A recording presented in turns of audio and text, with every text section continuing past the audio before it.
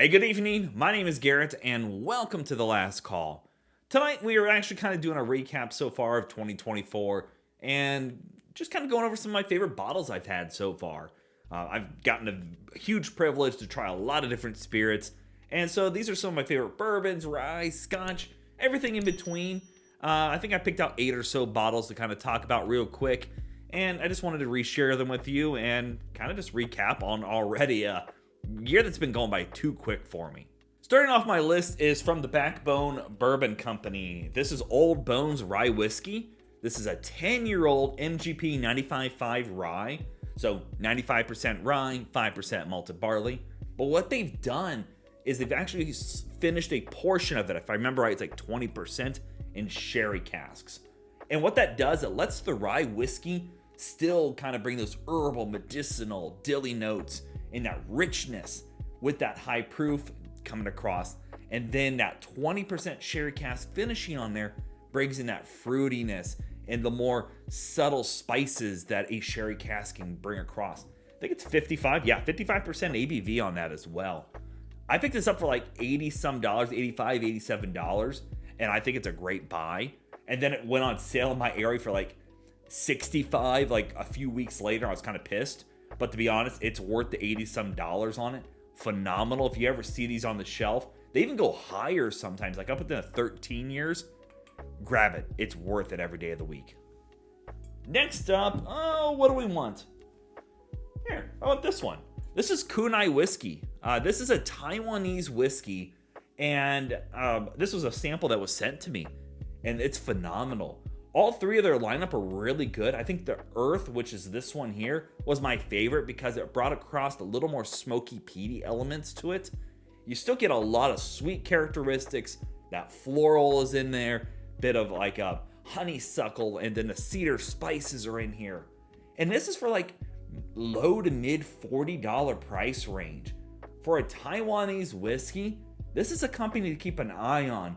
All three of their offerings are identical in pricing, and they're all subtly different enough to stand on their own. But the Earth, 100% worth grabbing if you see this one out on the shelf. Still a newer brand, and they're actually open up for online orders at some point, so you can check out their website. This is definitely one if you're a person like sweeter scotches, or maybe you're just not really big into the heavy-handed, kind of smoky, earthy, peaty. This is a great stepping stone into scotches and just has a great profile overall to it. And I've been really recommending this one for that reason and its price point. Next up, let's go another Indiana. This is Tumblin' Dice. This is from Proof and Wood.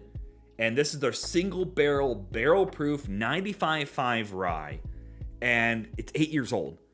And I tell you what, it's like $80 on its price point.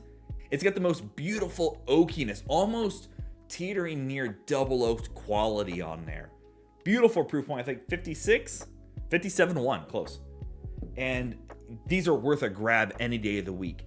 8-year-old single barrel proof. They're transparent about what they're doing, and they're at a great price point. Honestly, Tumblin' Dice is one that I recommend, and Proof and Wood in general is a bottling place I highly recommend always keeping an eye on, because they are doing some great things about being transparent, and the barrels they're selecting for their bottles are always top notch. Highly recommend this one. If you're a rye whiskey fan, I highly recommend this one just because of that deep, rich oakiness it's bringing across with those subtle spices from the rye. It's a phenomenal bottle. Here we go. This is from Spirits of French Lick. This is Palindrome, which is a smoked apple brandy. And it's coming in like at 68%. Yeah, 68.85, so almost 69% ABV. And the cool thing what they're doing here is it's made in-house here in Indiana. And what they're doing is they're making up their apple brandy and then finishing it in a peated Islay cask.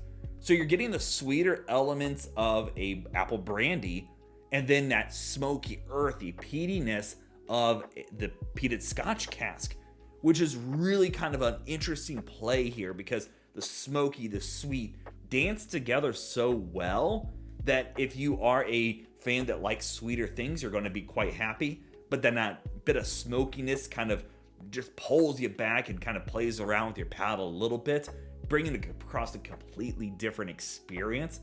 This is distillery exclusive, and it's worth visiting their location for that bottle because it's just phenomenal.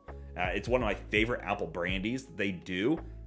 In general, just one of my favorite apple brandies, but one of my favorite bottlings they do. There we go. This is Bacta, which is a blend of spirits going on here, and it took me by surprise on how much I was really enjoying this bottle. So it starts off with some Indiana rye, some Calvados, which is essentially like almost a fruit brandy that's done in a specific region, and then Armagnac, which again is a fruit-based spirit that's done in a specific region. And they blend the three together to produce this. And I tell you what, it is the most beautiful example of blending I've had in a while. Bringing across three different spirits and from all sorts of different times. The oldest spirit in here coming from 1928. So essentially almost 100-year-old spirit right here. And obviously they don't tell us the exact proportions of things, but it's really cool that they actually added some of that to the bottle itself.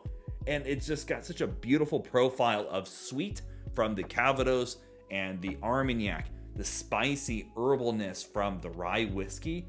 They play together so well. And this one comes in at like $65-ish. It is a shelf-stable bottle that I would want to keep around for myself.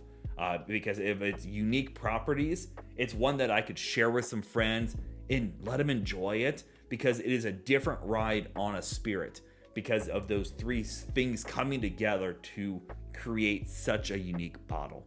Highly recommend this one. Also, the owner was the original owner of Whistle Pig before he sold that, which opened up Bacta, which is a really cool story behind it. Let's do here. This is from Circle City Whiskey Company, and this is actually a bottle I just popped open a few days ago. And what they do is they're based here in Indiana, and they ended up visiting the Watershed Distillery, which they're transparent about, and picked this barrel out. Single barrel, barrel proof, they tell us the mash bill, but the cool thing is the proof point on this bad boy. 67.05% ABV on that, and at a 4-year, 7-month age statement. This is my first time having anything from Watershed out of Ohio, and I'll tell you what, I want another bottle of it. I want to visit Watershed and pick up some of their offerings, because if it's half as good as what's in this bottle, especially for the price, I paid $60 for this. It's phenomenal. It almost comes across like a deep, oaky, rich layer to it, almost like it's double oaked, but coming across so much sweetness to it, and it does not drink its proof point. It drinks closer to that 60 mark versus the 67, and it's just a phenomenal experience. And I've had like high proofed whiskeys that drink much warmer than this, and especially at 4 years old with that profile of the bit of corn sweetness and the cherry notes going on in here. It's exactly what you want from a great bourbon, just that beautiful proof point. It's phenomenal. Now, this was a special pick done from the Naptown Bourbon Club, so I don't know how many of these will be out there, but if you see this on the shelf, grab it. They're doing phenomenal picks, and they're very transparent when they're allowed to be. The only time they are not is when they are forced to not tell you what's going on in the bottle. But either way, keep an eye on Circle City Whiskey Company, because they're doing some really cool picks and things. We got 2 left. Let's do... This one's from the West Fork Whiskey Company, which is based out of here in Indiana. And the cool thing is this is all being distilled and bottled by them. And this is their higher rye, which is their newest release that they've done here in 2024. Give us all the great nitty-gritty information on the back here. This is coming in at a 64.05% ABV. It is single barrel, barrel proof. There wasn't a lot of these released, like in the, I remember like only like 60 some bottles of this are out there. But it's 3 years old with the mash bill of 57 corn and 43 rye.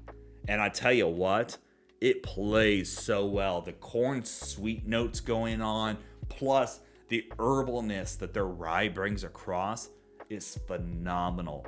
It's nice and oaky, the spices, the wood sugars, everything plays together really well in this bottle. And I'm going to be babying the hell out of it since there was only 60 some bottles of this released. And it was only like $54, $55 for a single barrel proof and that unique mash bill coming from a local distillery.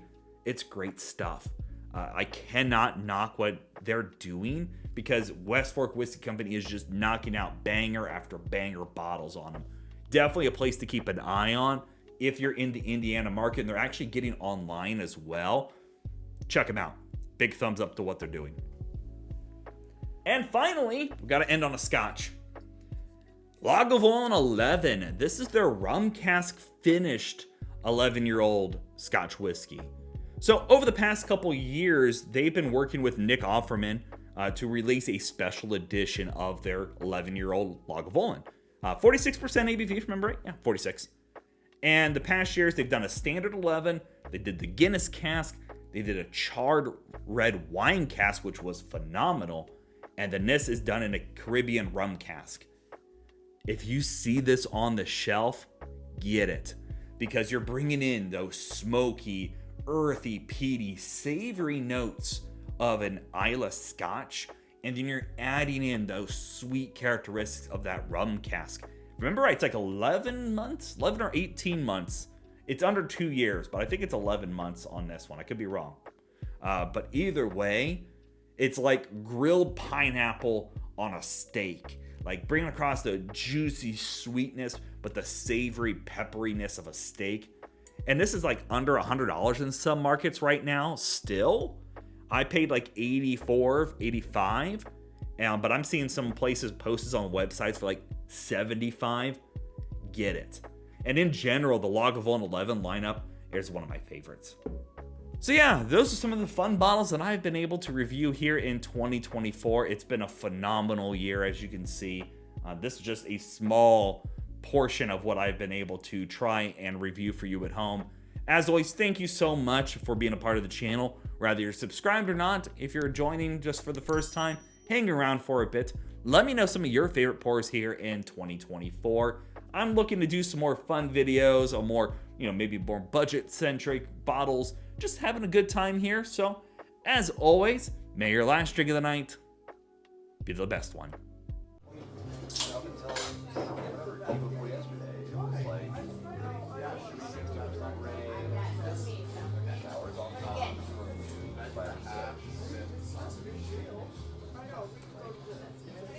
And I even like it might